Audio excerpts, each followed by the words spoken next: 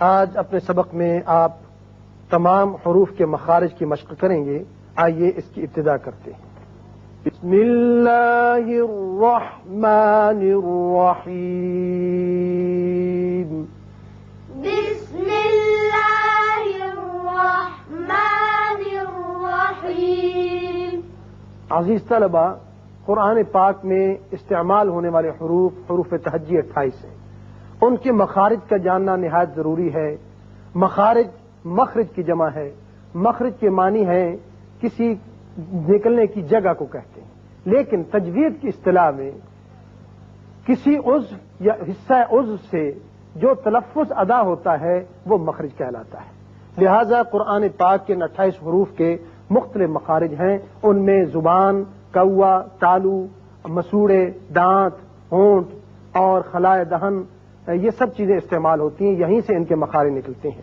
سب سے پہلا جو مخرج ہے وہ حروف حلقی کا ہے. حروف حلقی ان کو اس لیے کہتے ہیں کہ یہ 6 حروف حلق سے ادا ہوتے ہیں. وہ کون کون سے ہیں؟ حمزہ، ہا، ہا، عین، خا، غین. یہاں حمزہ اس لیے کہا کہ جو الف مدہ ہوتا ہے وہ خلائے دہن کی ہوا سے ادا کیا جاتا ہے، اور حمزہ جو ہے یہ حلق سے ادا ہوتا ہے. کسی حرف کا مخرج معلوم کرنا ہو تو اس کو ساکن کر کے پہلے الف زبر لگا دیجئے یا اس حرف کو مشدد کر دیجئے. اب اس کا مخرج معلوم کریں گے. اب دونوں جگہ آپ نے دیکھا کہ آواز حلق کے نچلے حصے میں جا کر رکی. اس کے بعد دوسرا حصہ ہے وسط حلق. اب دیکھیے آواز درمیان میں آ کر رکتی ہے. اب تیسرا حصہ جو ہے حلق کا وہ ہے اقصی حلق، اوپر والا حلق. اس میں ہے اخ، او، اخ، او. یعنی دونوں مخارج میں آواز حلق کے اوپر والے حصے میں جا کر رکی. اب دوسرا مخرج ہے ہونٹوں کے حروف. وہ ہیں 4: با، میم، فا، واو. اب اس کا مخرج معلوم کرتے ہیں. اب دیکھیے اب میں ہونٹوں کا وہ حصہ جو تری والا حصہ ہے وہ ملنے سے با ادا ہوتا ہے. اب اس کا میم، ام. اب ہونٹوں کا خشکی کا حصہ ملا تو میم ادا ہوا، ام. اب فا ہے، اف.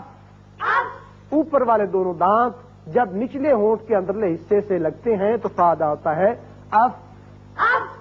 واو غیر مدہ، کیونکہ مدہ جو ہے وہ خلائے دہن کی ہوا سے نکلتا ہے. او. اب دیکھیے اس میں آپ ہونٹوں کو اس طرح گولائی بنائیں گے کہ درمیان سے ایک سوراخ سے نظر آئے اور اس میں سے ہوا نکلے. او. اس کے بعد آئیے کھردرے تالو کے حروف 3 ہیں: تا، قو، دال. اس میں تا اور دال باریک پڑھتے ہیں، قو موٹا کر کے پڑھتے ہیں. اب اس کا مخرج معلوم کرتے ہیں. اد، اوتو، اد. اب دیکھیے کھردرا تالو استعمال ہوا. زبان کا اگلا حصہ اور تالو کا جو کھردرا حصہ ہے ان کے آپس میں ملنے سے یہ تینوں حروف ادا کیے گئے. مسوڑوں کے حروف 3 ہیں: فا، ذال، وا، اف، ال، او. اب ان میں فا اور ذال تو باریک پڑھتے ہیں اور وا کو پر کر کے پڑھتے ہیں. یہ حروف مستعلیہ میں سے جو آپ پڑھ چکے ہیں. اب جب اس کا مخرج معلوم کیا تو زبان کی نوک اور اوپر والے دانتوں کا جو اوپر دانتوں کی جڑوں والا حصہ ہے اس جگہ جب لگتی ہے تو یہ تینوں حروف ادا ہوتے ہیں. ان حروف کے مخارج آپ نے سمجھ لیے. اب آئیے اس کے بعد جو باقی رہ گئے حروف ان کے مخارج آپ کو بتا دیے جائیں.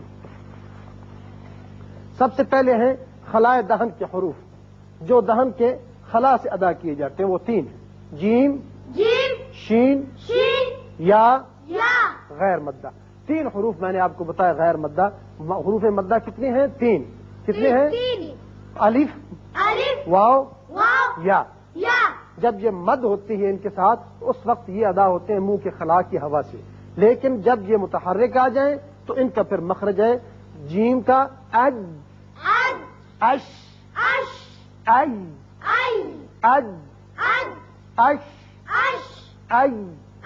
اس میں آپ نے معلوم کیا کہ زبان کا درمیانی حصہ جب سامنے والے تالو کے درمیانی حصے سے لگتا ہے چکھتا ہے تو یہ تینوں حروف ادا کیے جاتے ہیں۔ نو کے زبان کے حروف سین، صاد، زا، ان کو سیٹی والے حروف بھی کہتے ہیں۔ اس، اوس، از۔ اب جب آپ نکالے تو اس میں زبان کا اگلا سرا اور سامنے والے چاروں دانتوں کے تھوڑا سا آپس میں ملنے سے یہ حروف ادا ہوتے ہیں۔ اگلا حرف ہے پہلوئے زبان کا حرف ضاد۔ اس کے متعلق یاد رکھیے کہ یہ ضاد ہے، واد نہیں ہے۔ فارسی اور اردو میں تو ضاد استعمال ہوتا ہے، لیکن عربی میں اس کا مخرج اور ہے، اور وہ ہے زبان کی کروٹ اور اوپر والی داڑیں جب آپس میں ملتے ہیں تو ضاد ادا ہوتا ہے۔ او، بائیں طرف سے آسان ہے، دائیں طرف سے اس سے زیادہ مشکل ہے، اور دونوں طرف سے یک وقت نکالنا اس سے بھی زیادہ مشکل ہے، تو بائیں طرف سے آپ نکال لیں۔ او، اس کے متعلق یاد رکھیے کہ اگر مثلا آپ نے ضاد کے بجائے ضاد پڑھا قرآن پاک میں، جیسے ہے ضلال، اگر آپ نے عربی میں مخرج اس کا صحیح نکالا تو اس کے معنی ہے گمراہی، بھٹک جانا، لیکن آپ نے ضا کہہ دیا، ضلال کہہ دیا تو اس کے معنی سایہ دار چیز کو کہتے، لہذا فوراً معنی بدل جائیں۔ قوے کے حروف دو ہیں، قاف، کاف۔ یہ جو دونوں حروف ہیں زبان کا آخری حصہ قوے کی جو قریب ہے، جب اوپر تالو سے لگتا ہے تو ادا ہوتے ہیں۔ قاف پر کر کے پڑھتے ہیں، کاف ذرا ہٹ کر نیچے کی طرف سے نکلتا ہے اور باریک ہوتا ہے۔ اقو،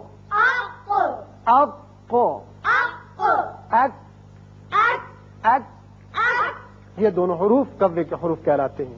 آخر میں تین حروف ہیں زبان کی نوک اور کروٹ کے حروف، لام، نون، را، ال، ان، اور۔